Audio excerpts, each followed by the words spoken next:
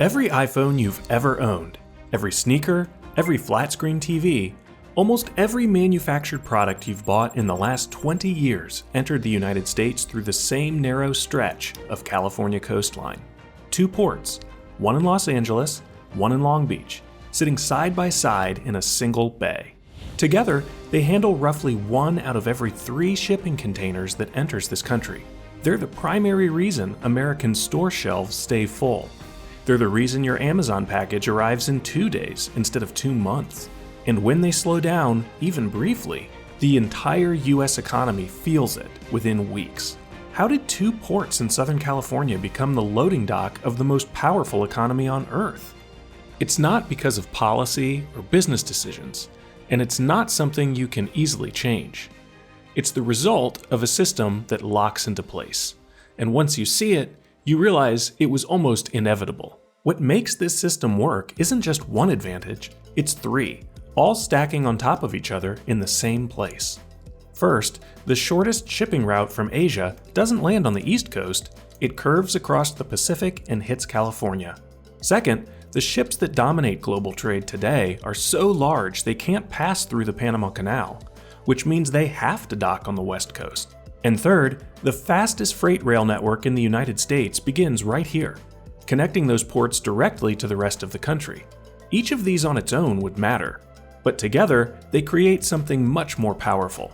A system where the fastest route, the largest ships, and the entire inland distribution network all converge in the same place. And once that system is in place, it's incredibly difficult to move. If you like explanations like this, subscribe for more. Ships crossing the Pacific don't follow the routes you see on a flat map.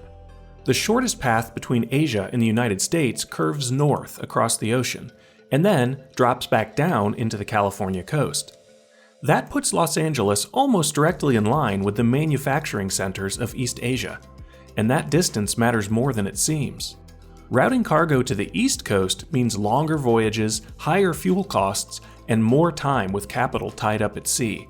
The difference isn't marginal, it's often measured in weeks. So when global trade scaled up, the math kept pointing to the same place, California. But speed isn't the only thing pushing cargo into California. Even if you were willing to take a longer route, the modern shipping system doesn't give you that option. Today's container ships are enormous. Some carry over 20,000 containers in a single voyage. They were designed for one purpose: moving massive volumes across the Pacific as cheaply as possible. And ships that size come with a constraint. They can't pass through the Panama Canal. Not because of policy or cost, because they physically don't fit. The canal was expanded in 2016, but the largest ships in the global fleet are already beyond those limits. Which means, if you want to move goods at the scale global trade now operates on, there's only one viable route: across the Pacific, into California. But getting cargo into California is only half the system. What matters is what happens next. Because the moment those containers hit the ports of Los Angeles and Long Beach, they don't stay there. They move inland, fast. 2 of the most heavily used freight rail lines in the country begin right here, running east out of Southern California and into the interior. One connects directly to Chicago. The other spreads across the southern United States. Together, they turn a coastal port into a national distribution hub.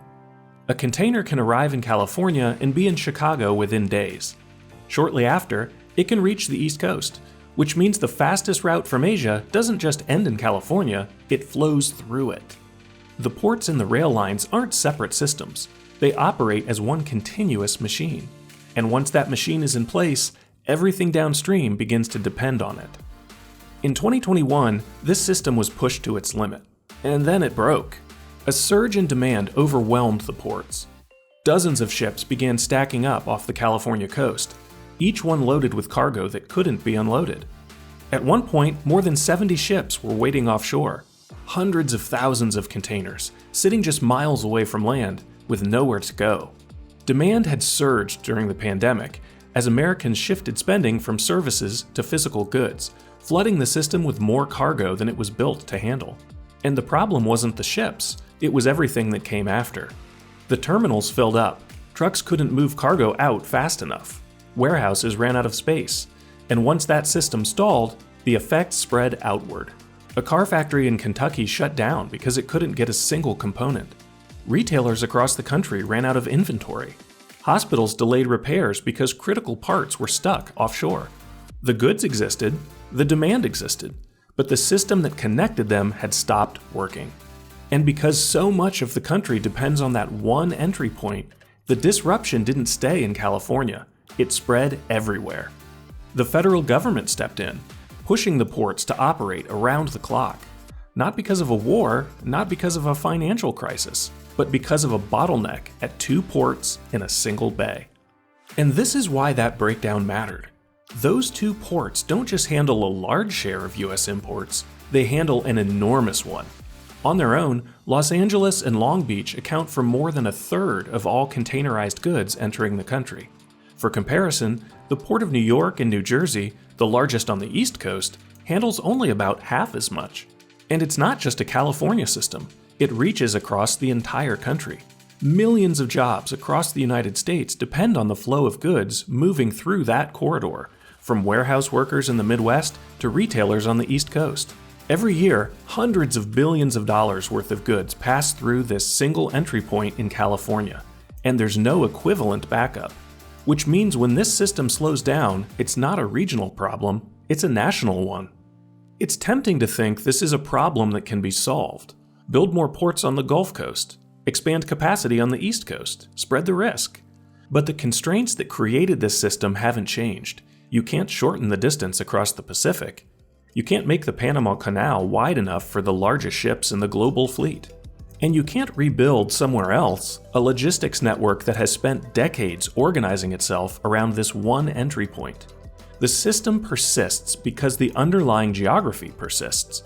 The best routes still lead to California. The largest ships still arrive there. And the fastest connections to the rest of the country still begin there. Which means that this isn't just where goods enter the United States, it's where the entire system is anchored. California's ports didn't become dominant because of subsidies or politics or luck. They became dominant because of where they sit on the planet. Geography created the mechanism. The mechanism created the dependency. And now, the entire economic infrastructure of the United States is organized around 2 ports sitting side by side in a single bay south of Los Angeles. America doesn't just use California's ports, it runs on them. Every system you depend on was shaped by geography before anything else. Subscribe to Geography Effect and we'll keep proving it.